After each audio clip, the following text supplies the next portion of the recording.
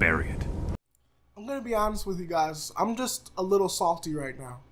Just a little salty. You know, I think about the DCEU and everything that's been going on with that. You know, look at Henry Cavill leaving, them making this garbage Teen Titans product.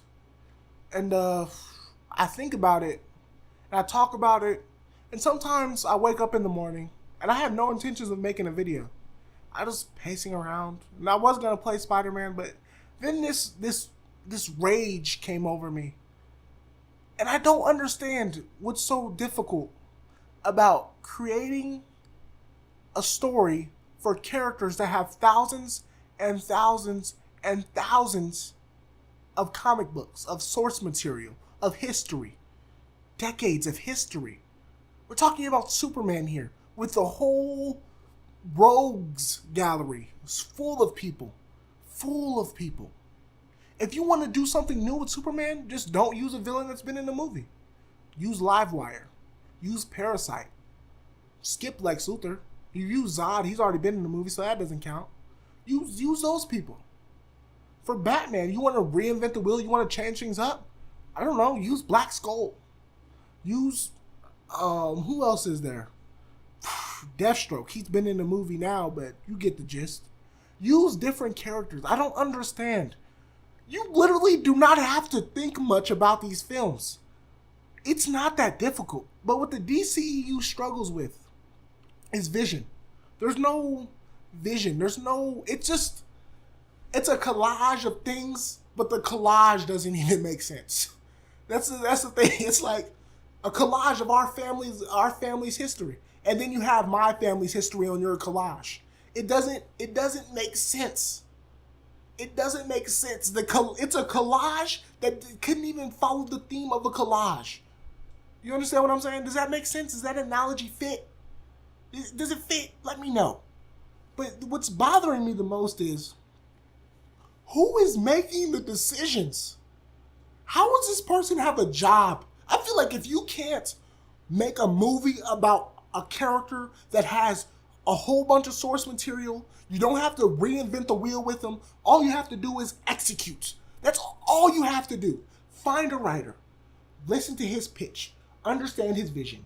Do you agree with the vision? No. Move on to the next writer. Do you understand his vision? Okay, I understand your vision. I accept it. Let's go. Get a director. You don't even need like a top tier director. Just get a director who knows what he's doing in the director's chair. They film the story. Then you put out the film. Don't cut it to shreds. If you don't agree with a director's vision, you should not let him direct your film. And that's just the facts of it. If you didn't like Zack Snyder and what he brought to the table at Warner Brothers, don't let him direct the film. You knew what he was about from Sucker Punch. You knew what he was about from Man of Steel. And yet, time and time again, you let him film, and you cut his stuff to shreds, making the matters even worse. It's like when... Have you ever made a mess? Let's say you spilled wine on a red carpet or a white carpet. And then instead of dabbing it like you're supposed to do, you start wiping it. And the red spreads slowly. That's what happens.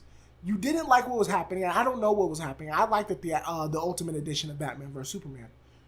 But what you guys do is you say, there's no way they're going to like this. There's no way we're going to get enough profit off of this because we're not going to be turning enough revenue. The theaters are going to be filled for too long. We're not going to have as many people in the theaters as we want. So you start cutting things to bring it down to the studio appropriate screen time or run time. And then you turn things worse. The red starts to spread.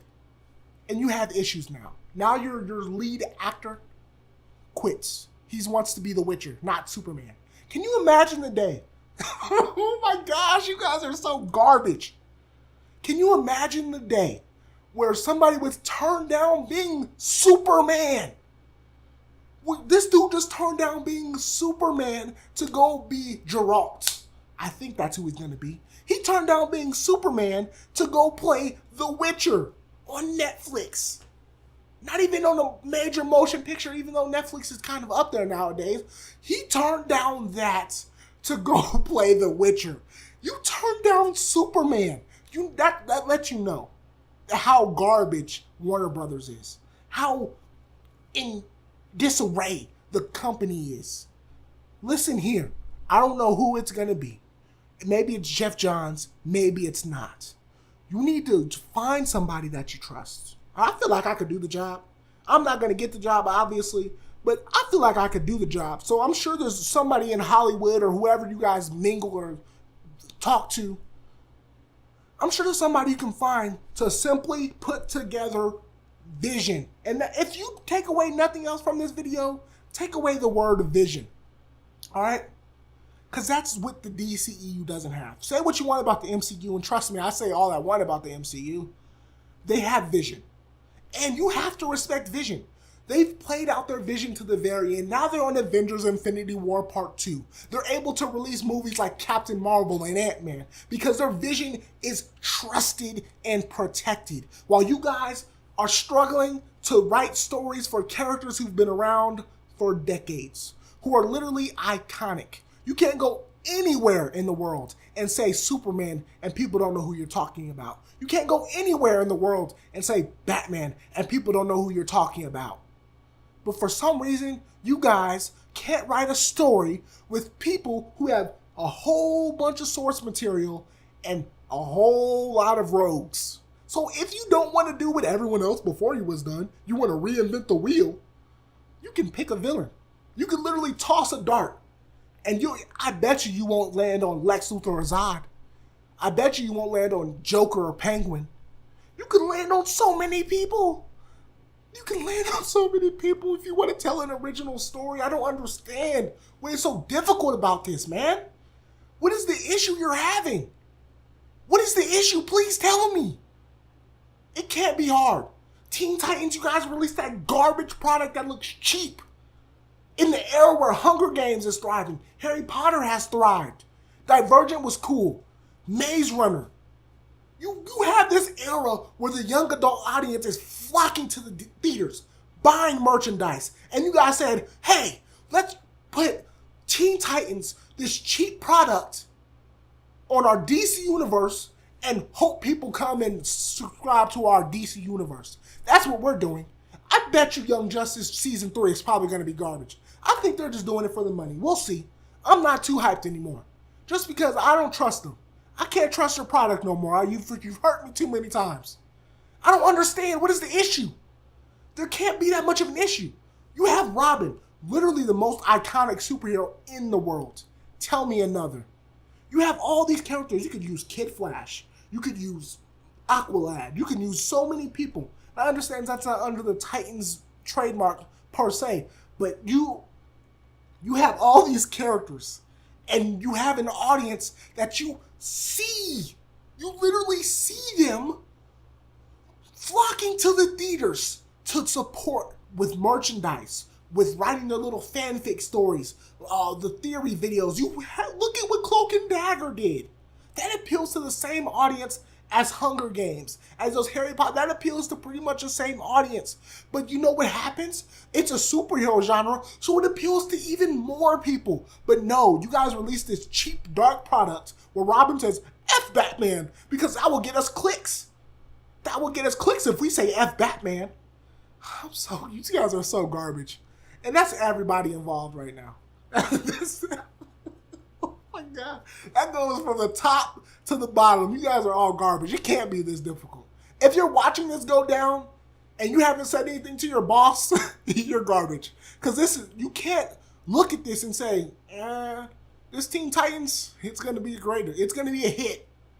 It looks cheap. You have Beast Boy. Listen. The thing about Beast Boy is his CGI needs to be on point. And you put him on this cheap show. And I'm sure they're going to do something cheap and garbagey. They're going to do something cheap and garbagey. I can see it now. Listen here. Mark my words and come back and tell me if I'm wrong. For Beast Boy, they're just going to have the animal spirit probably appear behind him. So when he wants to be a gorilla, he's going to just a gorilla spirit. Kind of like Vixen. They're just going to have a gorilla spirit appear behind him. And then he's going to start being strong like a gorilla. That's what's going to happen. He's not gonna turn into a bird, I bet. Oh my gosh. I just don't understand, man. And this is turned into a 10-minute rant, and I didn't even want it to turn into a 10-minute rant. But this is gonna be my final DCEU rant. I refuse to let them get me this upset again. And it's been a long time coming.